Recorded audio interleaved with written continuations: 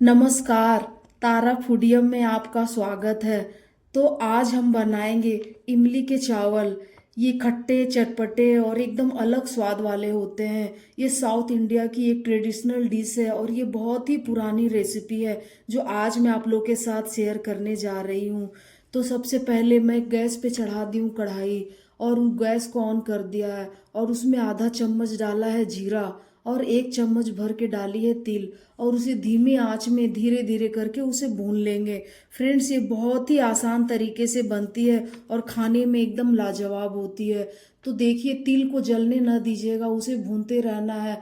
और अगर तिल लगे आपको तिल जलने लगी है तो इस तरह से कढ़ाई को उठा करके उसे गोल गोल घुमाए ताकि वो चारों तरफ से बराबर तरीके से वो पक जाए। और इसे ज़्यादा भी नहीं भूनना है। उसके बाद भून जाने के बाद मैं इसे उतार लूंगी और एक कूटने वाली छोटी सी ओखली में डाल करके गर्मा गर्म कूट लूंगी। बहुत लोग इसे क्या करते हैं, ये मसाले पहले से बना करके रख देते हैं और जब इमली के चावल बनाते हैं तो उसमें डाल देते हैं। लेकिन मैं ऐसा नहीं करती हूँ। आप चाहे तो ऐसा कर सकते हैं, लेकिन मैं तब का तब फ्रेश ही गरम गरम मसाले कूट करके डालती हूँ। जैसे अभी कूट रही हूँ तो उसकी खुशबू मुझे आ रही है, बहुत ही लाजवाब है। तो इसे गरम गरम कूट करके मैं साइड में रख लेती हूँ। आप इसे ट्रेन के सफ़र में भी 2 से 3 दिन तक रख कर खा सकते हैं। ये खराब नहीं होते हैं जल्दी। अब हम गैस को कर लेंगे ऑन और उसी कढ़ाई में जिसमें मैंने जीरा भुना था उसे खाली करके उस कढ़ाई को चढ़ा देंगे और उसमें 2 बड़े चम्मच तेल डाल देंगे। जो आप देख रहे हैं जिस साइज़ के मेरे चम्मच है उस साइज़ के उसमें तेल डाल देंगे। और जैसे ही तेल गर्म होगी उसमें डाल दूंगी मैं उसी करछी से, उसी बड़े चम्मच से नाप करके 1 बड़ा चम्मच मूंगफली। और मूंगफली को मैं पहले इसलिए डाल रही हूँ क्योंकि मूंगफली का दाना बड़ा होता है और वो पकने में थोड़ा टाइम लेगा। तो मैं इसे धीमी आंच में धीरे धीरे पकने के लिए छोड़ देती हूँ। जब मूंगफली को चारों तरफ से भूनते रहना है, बीच बीच में उसके चलाते रहना है ताकि वो हर तरीके से चारों तरफ से पक जाए। और उसके बाद जब मूंगफली आधी पक जाए तो उसमें मैं डालूंगी आधा चम्मच सरसों और आधे चम्मच सरसों जितना डाली थी उसका आधा मैं जीरा डालूंगी क्योंकि जीरा ऑलरेडी मैं पीस चुकी हूँ पाउडर में, इसलिए। तो जीरा डाल करके उसे मैं थोड़ा चलाऊंगी। जैसे ही सरसों और जीरा चटकने लगे तो उसे थोड़ा चला लूंगी करछी से और उसके बाद मैं उसमें डाल दूंगी 1 चम्मच उड़द की दाल।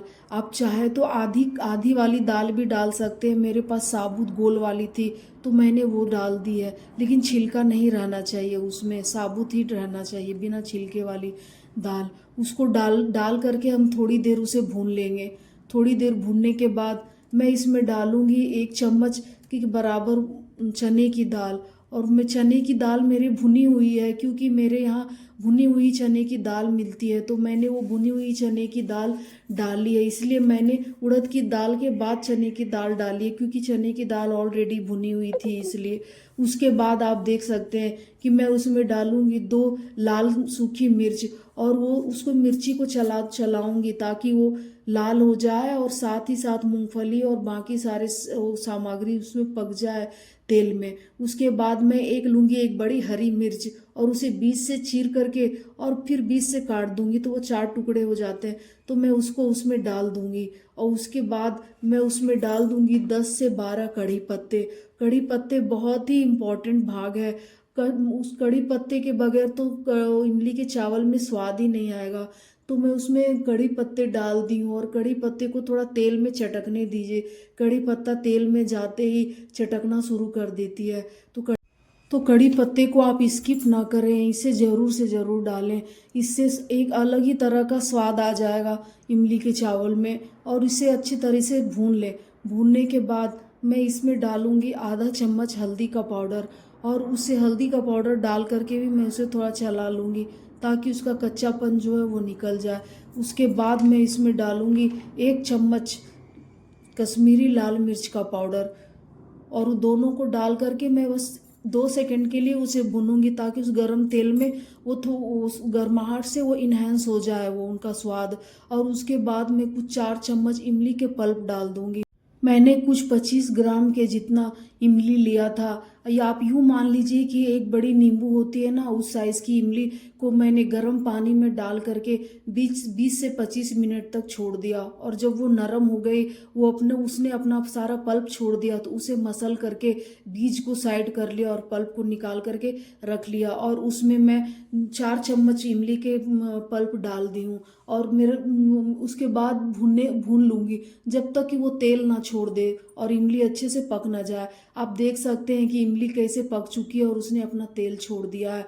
तो अब मैं इसमें डाल दूंगी चावल, पके हुए ठंडे चावल, गरम चावल नहीं डालने हैं आपको, ठंडे चावल का इस्तेमाल करना है।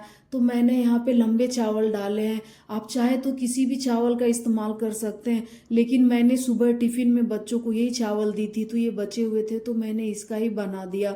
और किसी भी चावल में बहुत ही स्वाद भरी बनती है। तो इसे मैं डाल करके अच्छे से मिक्स कर लूँगी। और फ्रेंड्स, इसमें मैं डाल दूँगी 1 चम्मच नमक। अगर आप 2 कप चावल बना रहे हैं तो उसमें 1 चम्मच नमक डालिए, या तो आप ज़्यादा और या कम चावल बना रहे हैं तो स्वाद अनुसार आप अपना नमक डालिए। और उसे डालने के बाद मैं उसे अच्छे से मिक्स कर लूँगी चावलों में। और इमली पकने के बाद मूंगफली में चिपक जाती है, तो उसे भूनते भूनते इमली को भी साइड करते जाना है, जैसे देखिए मैं साइड कर रही हूँ। ऐसे करने से इमली पूरे चावलों में अच्छी तरह से कोट हो जाएगी और सब तरह से बराबर स्वाद आएगा। तो चलाते चलाते मैं कर दूंगी गैस की फ्लेम को तेज, और इसे नॉन स्टॉप चलाती जाऊंगी ताकि ये अच्छे से भून जाए और थोड़ा इसका भुना हुआ स्वाद चावलों में भी आ जाए। आप देख सकते हैं कि मैं किस तरह से इसे भुने जा रही हूँ। और इसके बाद हम डालेंगे जो कूटे हुए मसाले थे, तिल और जीरा का, जो मैंने स्टार्टिंग में ही भून लिया था, उस पाउडर को मैं उसके ऊपर चारों तरफ स्प्रिंकल कर दूंगी। ये पाउडर डालने के बाद मैं इसे चारों तरफ से मिला दूंगी इस पाउडर को, ताकि ये भी चावल के चारों तरफ मिक्स हो जाए। अब इसे गर्मा गर्म सर्व करें, और वीडियो पसंद आए तो लाइक शेयर और सब्सक्राइब जरूर कीजिएगा।